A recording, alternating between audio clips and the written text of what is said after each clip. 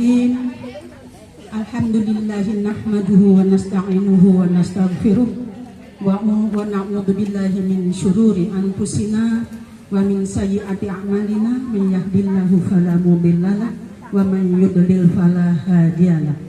Asyhadu an la ilaha illallah wahdahu la syarikalah wa asyhadu anna Muhammadan abduhu wa rasuluh. Allahumma shalli ala Muhammad wa ala alihi wa sahbihi ajma'in, amma ba'du. Puja dan puji syukur mari kita panjatkan ke hadapan Allah Subhanahu wa taala karena atas limpahan rahmatnya yang diberikan kepada kita semua, sehingga alhamdulillah kita dapat hadir dalam acara Tadabbur Alam yang langsung berlanjut dengan sekolah lansia berdaya. Ya, jadi di sini tidak hanya untuk lansia berdaya atau sekolah lansia berdaya, tapi semua yang hadir karena di sini adalah pimpinan daerah, pimpinan cabang, ya, semua berkumpul di sini. Alhamdulillah dengan rahmat Allah ketika atau hari ini masih cerah. Semoga ya sampai berakhir belum turun hujan. Salawat serta salam senantiasa kita aturkan pada junjungan kita Nabi besar Muhammad sallallahu alaihi wasallam. Ibu-ibu, materi yang akan saya sampaikan sebenarnya adalah materi yang sudah kita laksanakan, yaitu adalah tauhid. Tauhid ya, itu sudah dari kecil kita sudah diajarkan. Ya. Hanya di sini apa Bu? Penekanan dan untuk mengingatkan kembali. Tauhid itu adalah tentang keesaan Allah. Secara sederhana berarti tauhid itu adalah kita meyakini bahwa Allah itu adalah satu-satunya Tuhan yang esa, tunggal, satu, tidak ada yang lain. Sehingga tauhid itu, konsep ini dibagi menjadi tiga. Ada disebut dengan yang pertama tauhid rububiyah, meyakini bahwa hanya Allah sebagai pencipta, sebagai pengatur, sebagai pemilik, dan sebagai penguasa seluruh alam, dan hanya Allah yang dapat memberikan pertolongan. Sehingga kita kepada siapa mohon pertolongan Bu? Hanya kepada Allah. Kita harus yakin. Yang kedua adalah tauhid uluhiyah, meyakini bahwa hanya Allah yang patut disembah dan diibadahi, tidak boleh yang lain atau ikut-ikutan. Ya, toleransi tidak ada. Hanya Allah yang patut disembah dan diibadahi. Sebagaimana ibadah yang sudah diperintahkan, yaitu sholat, puasa, zakat, haji yang bagi yang mampu, dan berdoa, berzikir, dan ada rasa takut ketika melanggar. Ada rasa takut, kan hanya Allah yang patut diibadahi. Takut kita melanggar. Dan yang ketiga adalah tauhid asma wa sifat, ya, meyakini nama dan menetapkan nama-nama Allah dan sifat kesempurnaan. Jadi hanya Allah yang memiliki sifat sempurna. Ya, jadi manusia tidak, siapapun tidak. Ya, Nah, oleh karena itu tauhid itu adalah merupakan pondasi dari keimanan. Tanpa tauhid, iman tidak akan benar dan amal ibadah tidak akan diterima oleh Allah Subhanahu wa Ta'ala. Apa iman? Orang sering menyebutkan iman. Saya beriman pada Allah. Apa itu iman? Iman itu adalah kepercayaan dan keyakinan yang kokoh di dalam hati dan dilisankan dengan mengucapkan la ilaha illallah Muhammadur Rasulullah. Ya, bahwa aku bersaksi tidak ada Tuhan selain Allah dan Nabi Muhammad sebagai utusan Allah. Cukup di sana? Tidak. Maka diamalkan atau dilakukan rukun iman. Ada berapa rukun iman, Bu? Nah, iman kepada Allah, iman kepada malaikat, iman kepada kitab suci Al-Quran, iman kepada Nabi dan Rasul, iman kepada hari kiamat, iman kepada takdir atau qada dan qadar. Dalam Islam, keimanan itu diukur berdasarkan pemahaman dan pengamalannya terhadap rukun iman. Itu keimanan. Apakah sudah dilaksanakan semua perintah Allah dan meninggalkan semua yang menjadi larangannya? Karena setiap perbuatan yang kita lakukan, Allah punya CCTV, Bu. Apa itu? CCTV-nya Allah? Malaikat, benar sekali ya. Sebenarnya dunia sekarang ini sebenarnya sudah mengikuti. Kalau Allah punya CCTV, malaikat. Malaikat yang mencatat, jadi tidak bisa dibohongi. Malaikat mencatat apa yang kita lakukan dan akan dibacakan dan dipertanggungjawabkan di mana? Di yaumul hisab, hari perhitungan. Begitu juga dengan Al-Quran, kitab suci. Mengimani kitab suci, apakah sudah dibaca setiap waktu, setiap hari, atau hanya malam Jumat? Kalau malam Jumat, biasanya malam Jumat. Kalau malam Jumat apa yang dibaca, Bu? Yasin. Kenapa Yasin, Bu?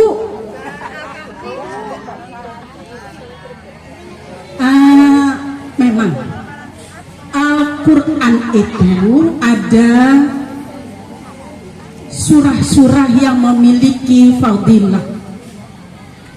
Kenapa pengajian majelis taklim itu membaca surah Yasin, surah Al-Mulk? Fadilah dari surah Al-Mulk ya, itu adalah ketika dibaca, fadilahnya tentang alam kubur, akan terjaga jasadnya dan akan ditanamkan cahaya di kubur. Kemudian fadilah surah Yasin atau Al-Mulk, sering bahasa kerennya adalah tolak siksa kubur. Kalau surah Al-Waqiah bahasa kerennya tolak miskin, berarti apa? Mendatangkan rezeki. Kalau surah Yasin memuliakan saat kematian dan kebaikan-kebaikan yang tampak setelah kematian. Itu fadilah surah Yasin. Kemudian surah Al-Kahfi. Fadilahnya akan dijaga dari Jumat hingga Jumat berikutnya sepanjang hidupnya. Dan itu kalau sunnah surah Al-Kahfi ada, ya, jadi dijaga dari Jumat ke Jumat berikutnya, dibaca hari Jumat. Kalau malam Jumat sudah masuk hari Jumat. Jadi dengan keimanan orang akan ikhlas melaksanakan perintah Allah. Kalau tadi surah Al-Quran, kalau hanya yang dibaca Yasin, kemudian Al-Mulk, salah Bu? Tidak salah. Tetapi kita sebenarnya sudah melaksanakan Bu di PDA, yaitu tilawah, ya.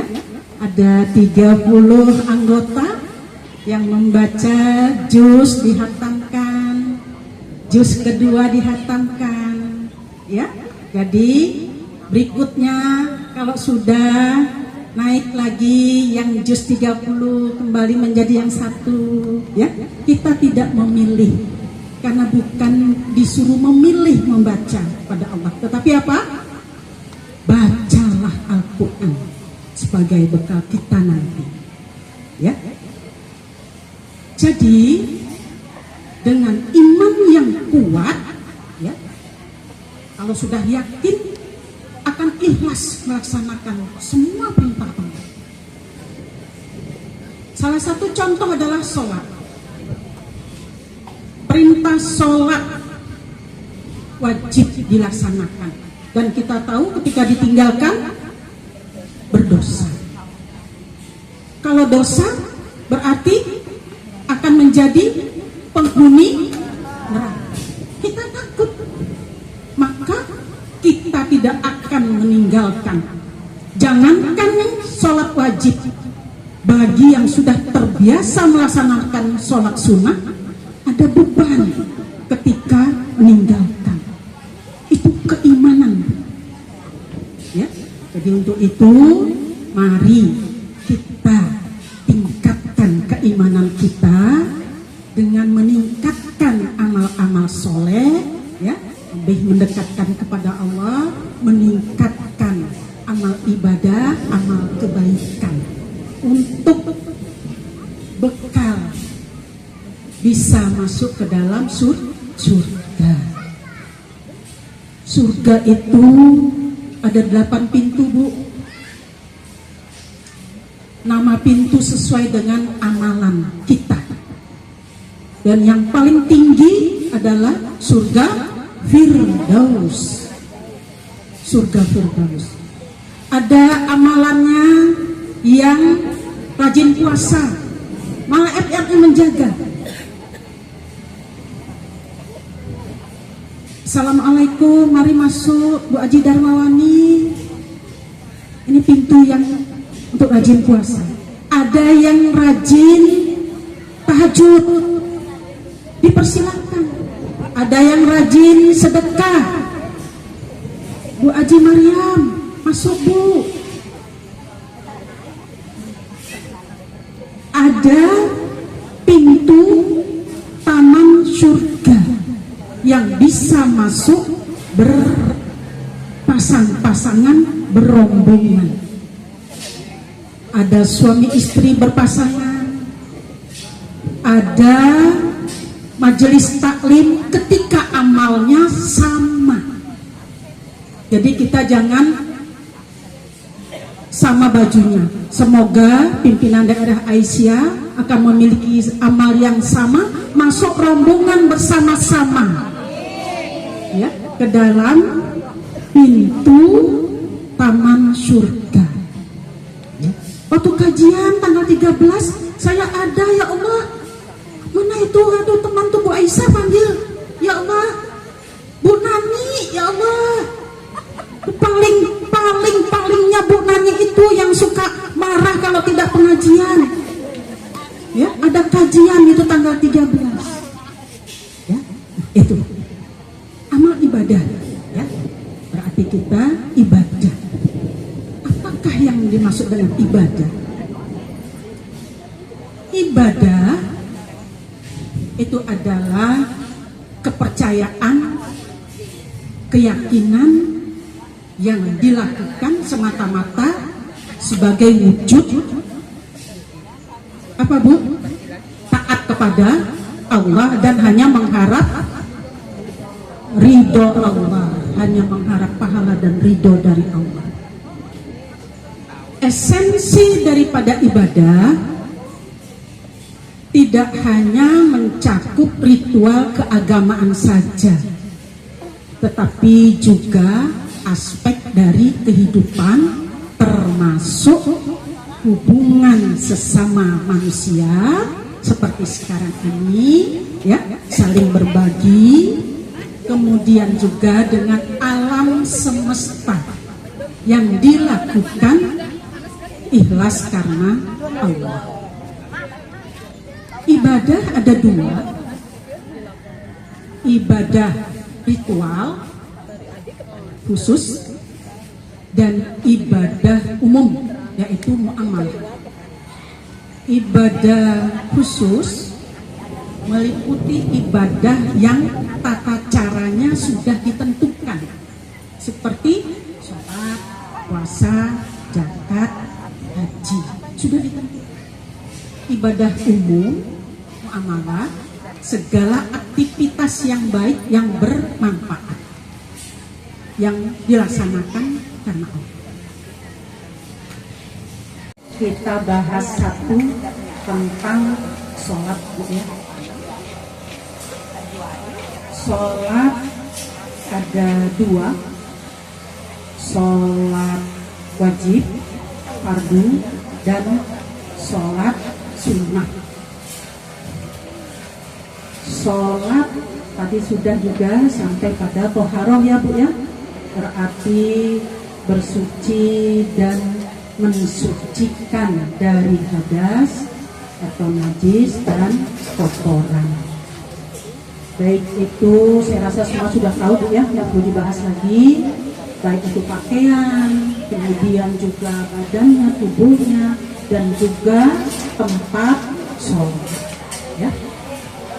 Kemudian sholat yang sudah pasti harus berwuduk dulu yang benar. Sholat ini sebenarnya sangat penting sekali Bu, karena untuk sholat Allah yang langsung memerintahkan dan langsung kepada Nabi Muhammad. Kalau yang lainnya melalui malaikat Jibril. Begitu pentingnya Bu. Sholat ada rukunnya. Ketika sholat itu dilaksanakan sesuai ketentuan dan rukunnya, maka menjadi sempurna. Sholat ada 5 waktu: zuhur, asar, maghrib, isya, subuh. Rakaatnya masing-masing sudah ditentukan, waktunya juga. Nah, yang terpenting di sini, sholat dilakukan sesuai dengan rukun-rukunnya dan tumakninahnya. Untuk rukun, banyak ulama di sini yang menentukan, ada yang 13, ada yang 17, ada yang 8. Tetapi intinya adalah yang pertama, berdiri jika mampu, kemudian niat, kemudian takbiratul ihram, disunahkan membaca doa iftitah, Diwajibkan membaca Al-Fatihah. Dilanjutkan dengan surah. Ya. Kemudian apa? Rukuk.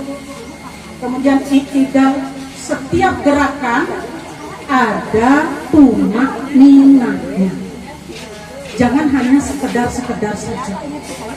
Ya, banyak orang menggampangkan sholat, ya, dengan sekedar, akhirnya apa? Tidak khusyuk. Justru di sini kuncinya, Bu. Jika sholat itu dilaksanakan dengan baik dan benar, terutama waktu, Bu, ya, waktu.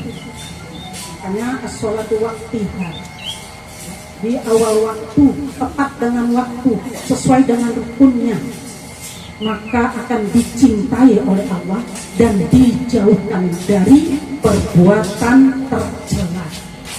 Sebagaimana dalam surah Al-Ankabut, dalam Al-Quran, firman Allah, surah Al-Ankabut ayat 45, A'udzubillahi minasyaitonirrajim. Innas sholata tanha 'anil fahsya'i wal munkar. Sesungguhnya sholat itu mencegah perbuatan keji dan mungkar. Sehingga kalau benar-benar dilaksanakan, kita akan terhindar dan menjadi orang yang benar-benar disabar. Ya, tidak mungkin kita bisa berbuat keji, dilindungi oleh Allah dari perbuatan keji dan mungkar. Ya, sehingga sering kita mendengar, Bu, ya, bahwa agama menjadi tiang agama. Ya, sholat menjadi tiang agama. Kenapa sholat menjadi tiang agama? Tidak hanya mengerjakan, ya, mendirikan. Kalau mendirikan itu berarti melaksanakan dengan benar, sesuai dengan tumakninahnya, rukunnya. Ya. Tidak hanya asal-asalan. Kalau cepat sekali, ya, Allahu Akbar, Allahu Akbar, Assalamualaikum. Ya. Nah, sebenarnya sholat ini kita berhadapan dengan Allah, dialog dengan Allah. Ya, kalau kita sadar bahwa kita berhadapan dengan Allah, kita merasa diawasi, Bu. Akan diawasi oleh Allah, maka kita tidak berani mau asal-asalan, karena terus Allah mengawasi. Sehingga Allah menegaskan, ya, sesuai dengan firman-Nya, Allah menegaskan, sholat merupakan kunci kebahagiaan hidup manusia di dunia ini. Firman-Nya di dalam surah Al-Mu'minun ayat 1 hingga 2. A'udzubillahi minasyaitonirrajim. Qad aflahal mu'minun alladzina hum fi sholatihim khashi'un. Sungguh beruntung, berbahagia orang-orang beriman, yaitu mereka khusyuk di dalam sholatnya. Jadi beruntung, berbahagia orang yang sholat khusyuk. Ya, jadi kalau sholatnya khusyuk, berbahagia. Seperti tadi yang saya katakan, rukunnya benar, maka ketika sholat itu benar semuanya, sempurna, akan dicintai oleh Allah. Minta apa saja, kalau sudah kita dicintai, minta apa saja akan dikabulkan. Itu di dunia. Apakah hanya di dunia saja, Bu? Kalau ibu-ibu dicintai oleh suaminya, minta apa saja diberikan. Ibu titik ini dicintai oleh suaminya, apa saja dituruti. Begitu juga dengan Allah. Ketika itu sholat kita benar, khusyuk, sempurna, akan dicintai oleh Allah. Apakah di dunia saja? Maka Allah melanjutkan sholat merupakan kunci untuk memasuki surga. Firman dalam Al-Quran surah Al-Mu'minun dilanjutkan dari 9 sampai 10. Walladzina hum 'ala sholatihim yuhafizun ulaika humul warithun alladzina yaritsunal firdaus hum fiha khalidun. Dan orang-orang yang menjaga sholat mereka layak untuk menjadi pewaris, yakni yang akan mewarisi surga Firdaus. Mereka kekal di sana untuk selama-lamanya. Bu, bayangkan Bu, kalau kita berada di surga Firdaus, ya. Untuk itu kita harus menjaga kualitas sholat kita, karena kualitas sholat akan berpengaruh langsung terhadap amalan lainnya. Ya. Hadis Nabi menyampaikan, awaluma yuhasibu alaihi abdul yaumal qiyamah as-salatu fa in soluhat soluha sa'iru amalihi wa in fasada sa'iru amalihi.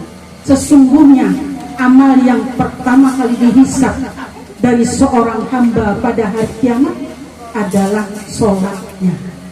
Jika sholatnya baik, maka baik pula seluruh amalnya. Jika sholatnya rusak, maka rusak pula seluruh amalnya. Ya, jadi kita harus menjaga, Bu, ya, untuk sholat. Sedikit lagi, Bu, ya, sholat sunnah. Sholat sunnah. Kalau tadi wajib dikerjakan untuk sholat wajib, kalau sholat sunnah tidak wajib, tapi dikerjakan mendapatkan pahala. Ditinggalkan tidak berdosa, ya, tidak berdosa. Sehingga sholat sunnah itu adalah merupakan ibadah tambahan dari sholat fardu, ya, ibadah tambahan dari sholat fardu. Kalau ibu-ibu mungkin mendengar atau membaca ada sunnah nafilah atau nawafil, ya, itu sholat sunnah, ya, tambahan nafil, ya. Sholat sunnah ada 12, ya, yaitu sholat rawatib yang pertama, kemudian witir, kemudian tahajud, kemudian tarawih, duha, dan tahiyatul masjid, kemudian apa lagi, Bu? Istikharah, kemudian taubat, kemudian hajat, kemudian istisqa, 2 gerhana, 2 hari raya, dan 1 lagi rawatib sudah di awal, ya, sudah tadi 2 gerhana, hajat, istikharah, dan istisqa, ya. Itu ada 12, ya. Nah, sholat sunnah ini sebenarnya, Bu, ya, penting sekali untuk Ibu ketahui, mempunyai keistimewaan sendiri sholat sunnah. Yang pertama, dapat menyempurnakan, ya, menambah sholat wajib, yaitu rawatib. Jadi sholat rawatib ada 12 rakaat. Yang pertama 4 rakaat, ada hadisnya, Bu, ya. Ini hadisnya sahih dari Aisyah radhiyallahu an. Nabi bersabda, barang siapa merutinkan sholat sunnah 12 rakaat dalam sehari, maka Allah akan membangunkan bagi dia sebuah istana di surga. 12 rakaat tersebut adalah 4 rakaat sebelum zuhur, 2 rakaat setelah zuhur, 2 rakaat sesudah maghrib, 2 rakaat sesudah isya, dan 2 rakaat sebelum subuh, ya. Jadi di sini untuk sholat sunnah itu bisa dikatakan menambah pahala dan juga melengkapi kekurangan dalam sholat wajib yang kita kerjakan. Ya, dan memang memiliki keutamaan. Kalau dikatakan menambah, melengkapi, dalam hadis lain Rasulullah juga bersabda, sesungguhnya amal perbuatan yang pertama kali dihisab bagi seorang hamba pada hari kiamat adalah sholat. Tuhan kami berkata kepada para malaikat, Allah maha mengetahui dia, karena perintah sholat adalah Allah. Periksalah sholat hambaku, apakah dia telah menyempurnakan sholatnya atau ada yang kurang. Jika sholatnya sempurna, maka akan dicatat sholatnya sempurna. Jika ada kekurangan dari sholatnya, maka Allah Subhanahu wa Ta'ala berfirman, periksalah apakah hambaku pernah mengerjakan sholat sunnah. Bila dia pernah mengerjakan sholat sunnah, Allah Subhanahu wa Ta'ala berfirman kembali, sempurnakanlah sholat fardu hambaku dengan sholat sunnahnya. Kemudian amal-amal lainnya juga akan diperlakukan demikian. Ya, seperti yang saya katakan tadi, jangankan sholat wajib yang akan ditinggalkan kita, Bu, ya, tapi bagi yang sholat sunnah saja yang sudah terbiasa juga rasanya berat meninggalkan. Ya, itu memang kalau dari hati sudah kokoh, maka akan mengerjakan semua perintah Allah. Dan sholat sunnah juga memiliki keutamaan yang mana yang tidak didapat di sholat fardu.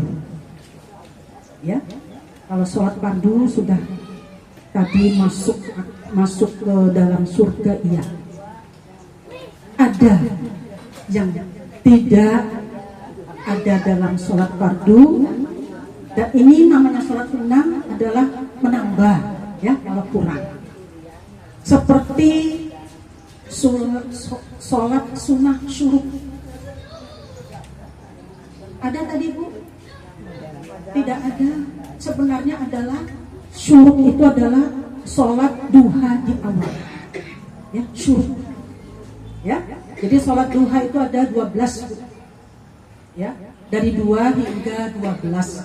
Ya, sholat syuruk 2, setelah itu jadi sholat syuruk setelah ada ketentuannya, sehingga di sini ada yang sudah kekhususan dan pahalanya juga beda, ya, khusus, pahalanya khusus, waktunya ketentuannya juga khusus. Jadi kalau sholat sunnah syuruk dan setelah sholat subuh kemudian tidak melakukan aktivitas, ya, tetapi aktivitasnya adalah beribadah, kajian, kemudian juga zikir, ya, baca Al-Quran, baru kemudian sunnah. Kemudian setelah itu syuruk, ya, dilanjutkan 4 rakaat duha, ada lagi bisa capai 6 rakaat sebelum zuhur, ya, itu sunnah, ya. Yang di sini monggo, ya, yang bisa. Memang kalau sunnah ada, kalau yang sudah terbiasa ringan, tapi yang belum berat, ya. Begitu juga sholat tahajud, ya, ada ketentuannya, yaitu apa? Sepertiga malam setelah tidur, ya. Jadi ada ketentuannya, ada khususan, pahalanya juga demikian, ya. Begitu juga sholat fajar, ya, padahal juga itu sholat rawatib, tapi ada pahala tersendiri, yaitu apa pahalanya, Bu? Iya, ya, lebih baik dari dunia dan seisinya. Kita tahu di sini aja merasa kok indah sekali, ya, baik sekali, ya. Sholat fajar, dunia dan seisinya, ya. Ini sudah cepat-cepat ini, ya. Nah, hari mau cepat biasanya 11 jam 11 Ya, Bu. Jadi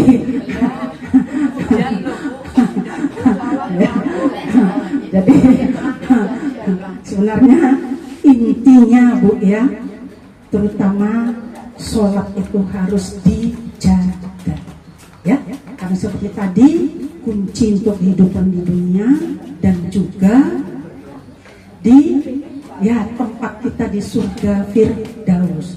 Kita merasa Bu ya, kita yang sekarang merasakan apakah sholat kita ini sudah sempurna, yang tahu kita dan Allah ya. Nah, mari kita perbaiki kalau memang kita masih ada kurang ya, untuk bisa sholat kita sempurna. Kira-kira hanya itu ya Bu ya yang dapat saya sampaikan. Assalamualaikum warahmatullahi wabarakatuh.